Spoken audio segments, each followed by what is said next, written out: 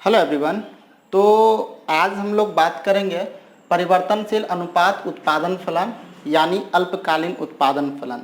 इससे पहले के वीडियो में हम लोगों ने अल्पकाल दीर्घकाल के बारे में पढ़ा और उत्पादन के समयावधि के बारे में पढ़ा, उत्पादन फलन के बारे में पढ़ा। तो अगर आपने वो सब वीडियो नहीं देखा तो इससे पहले का वीडियो देख लीजिए, तब आपको ये समझ में आएगा। तो हम लोग जैसे कि हम लोग को पता है कि उत्पादन के लिए हम लोगों ने दो समय निर्धारित किया था, एक है अल्पकाल, एक है दीर्घकाल। तो उत्पादन फलन भी दो तरह का होगा, एक अल्पकालीन उत्पादन फलन और एक दीर्घकालीन उत्पादन फलन। इस वीडियो में हम चर्चा करेंगे अल्पकालीन उत्पादन फलन के बारे में। ठीक है, देखिए यहाँ पर क्या है कि अल्पकालीन उत्पादन फलन, ठीक है, जिसका संबंध अल्पकाल से है उसको अल्पकालीन उत्पादन फलन हम लोग कहते हैं। और इसी को परिवर्तनशील अनुपात उत्पादन फलन भी कहा जाता है। परिवर्तनशील अनुपात उत्पादन फलन इसलिए क्योंकि अल्पकाल में उत्पत्ति के यानी उत्पादन के दो तरह के साधन होते हैं, एक परिवर्तनशील और एक अपरिवर्तन यानी स्थिर साधन। ठीक है, एक परिवर्तनशील साधन, एक स्थिर साधन। परिवर्तनशील साधन वे साधन जो अल्पकाल में बदल जाए और स्थिर साधन वे साधन जो अल्पकाल में ना बदले। तो दो तरह के साधन होते हैं। तो जब हम लोग अल्पकाल में उत्पादन करते हैं तो साधनों को जो हम लोग परिवर्तन करते हैं, तो स्थिर में तो परिवर्तन नहीं कर सकते हैं, हम लोग सिर्फ परिवर्तनशील साधन में परिवर्तन करते हैं। तो इस तरह से स्थिर साधन और परिवर्तनशील साधन का जो अनुपात है दोनों के बीच में डिफरेंस दिखता है। ठीक है, यानी अनुपात इन सब का परिवर्तन होता है और इससे जो उत्पादन में परिवर्तन होता है उसे ही हम लोग उत्पत्ति के नियम या परिवर्तनशील अनुपात के नियम से जानते हैं। ठीक है, क्वेश्चन आपका एग्जाम में क्या पूछा जाता है, तो उत्पत्ति के नियम या परिवर्तनशील अनुपात के नियम से आप क्या समझते हैं। तो इसको हम लोग आंसर करेंगे जब भी उत्पत्ति का नियम आए या फिर परिवर्तनशील अनुपात का नियम आए, दोनों एक ही है। ठीक है, दोनों एक ही है, या तो ये पूछ सकता है या तो ये पूछ सकता है, दोनों का आंसर एक ही होगा। ठीक है, तो हम लोग इसको जब भी आंसर करेंगे हमारे माइंड में फटाक से एक बात घुस जानी चाहिए और वो है कि इसका संबंध अल्पकाल से, उत्पत्ति का नियम या परिवर्तनशील अनुपात का संबंध जो है वो अल्पकाल से है। ठीक है, तो इसको आंसर हम लोग कैसे करेंगे, तो जब फर्म अल्पकाल में उत्पत्ति के कुछ साधनों को स्थिर मानकर परिवर्तनशील साधनों के मात्रा में परिवर्तन करती है, तो उससे उत्पादन की मात्रा में जो परिवर्तन दिखता है उसे हम लोग उत्पत्ति के नियम या फिर परिवर्तनशील अनुपात के नियम से जानते हैं।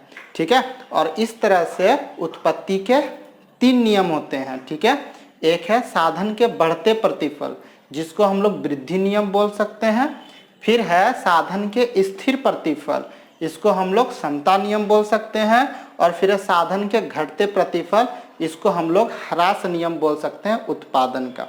ठीक है, इन तीनों नियम को मैं समझा देता हूँ। ठीक है, साधन के बढ़ते प्रतिफल यह उत्पादन की प्रथम अवस्था होती है जिसमें हम लोग परिवर्तनशील साधनों की मात्रा में जैसे जैसे वृद्धि करते हैं, जिस अनुपात में वृद्धि करते हैं उससे ज़्यादा अनुपात में हमें उत्पादन की मात्रा दिखाई देती है। यानी उत्पादन की जो अनुपात है वो साधन की अनुपात से ज़्यादा होती है। ठीक है, यानी जिस अनुपात में हम साधन में वृद्धि करेंगे उससे ज़्यादा अनुपात में हमें उत्पादन में वृद्धि देखने के लिए मिलता है। ये प्रथम अवस्था होती है जिसको हम लोग बोलते हैं उत्पादन का बढ़ता प्रतिफल या उत्पादन वृद्धि नियम।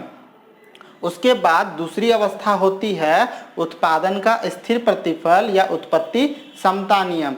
यहाँ पे क्या होता है कि हम लोग जैसे जैसे परिवर्तनशील साधन की मात्रा में जिस अनुपात में वृद्धि करते हैं, ठीक है, उसी अनुपात में उत्पादन मात्रा में वृद्धि दिखाई देती है, यानी हमें कुछ भी एक्स्ट्रा नहीं मिलता है। ठीक है, तीसरा अवस्था जो होता है इसको हम लोग ह्रास नियम बोलते हैं। इसमें हम क्या देखते हैं, जैसे जैसे साधनों की अनुपात में हम लोग परिवर्तनशील साधनों के अनुपात में वृद्धि करते हैं या बढ़ाते हैं उससे कम अनुपात में उत्पादन में वृद्धि दिखती है। अर्थात परिवर्तनशील साधनों की अनुपात की तुलना में उत्पादन का अनुपात कम होता है। हमारा कुल उत्पादन तो बढ़ेगा लेकिन जो वृद्धि दर होगी वो कम हो जाएगी। ठीक है, ये तीनों अवस्था को आप ऐसे भी समझ सकते हैं। इसको मैं आपको एक एग्जाम्पल के तौर पे आपको मैं समझा देता हूँ कि स्थिर साधन को छोड़ देता हूँ, इधर मेरा परिवर्तनशील साधन मान लेता हूँ। ठीक है, इधर परिवर्तनशील साधन है और इधर मेरा उत्पादन मान लेता हूँ। ठीक है, इधर मैं साधन मान लेता हूँ और इधर मेरा जो है उत्पादन मान लेता है, यानी मात्रा मान लेता हूँ। अब परिवर्तनशील साधन में आप समझ लीजिए कि मैं लेबर को ले लेता हूँ। ठीक है, जो काम करने वाले श्रमिक है उस श्रमिक को मैं ले लेता हूँ।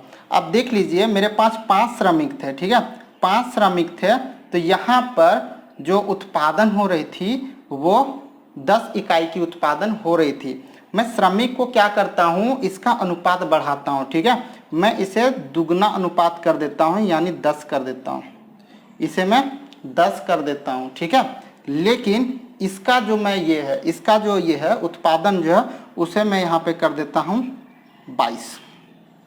ठीक है, तो ये हो गया पहला अवस्था। पहला अवस्था में हम क्या देख रहे हैं, 5 मजदूर मिल करके 10 इकाई उत्पादन कर रहे थे, लेकिन जैसे 10 मजदूर आ गए तो यहाँ पे 20 इकाई होना चाहिए था उत्पादन, लेकिन नहीं, यहाँ पे मुझे 2 इकाई एक्स्ट्रा मिल रही है।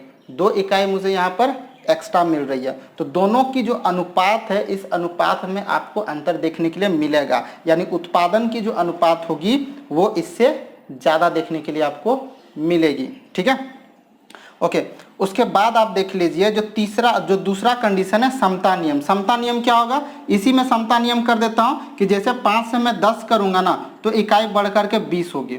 ठीक है, यानी अगर ये दुगना हुआ है तो ये भी दुगना हुआ है, 2 दुगना से ज़्यादा नहीं हुआ है। तीसरा क्या होगा कि 5 मिलकर के 10 का उत्पादन कर रहे थे, मैं 10 अगर कर देता हूँ तो यहाँ पे उत्पादन हो सकता है ये 18 ही करें, जबकि यहाँ पर ज़्यादा करना चाहिए था, लेकिन उत्पादन की जो अनुपात है वो कम हो जा रही है। ठीक है, तो ये 3 नियम है उत्पादन के अल्पकाल में। ठीक है, तीनों नियम को आप समझ में आ गया होगा कि वृद्धि नियम क्या है, समता नियम क्या है और ह्रास नियम क्या होती है।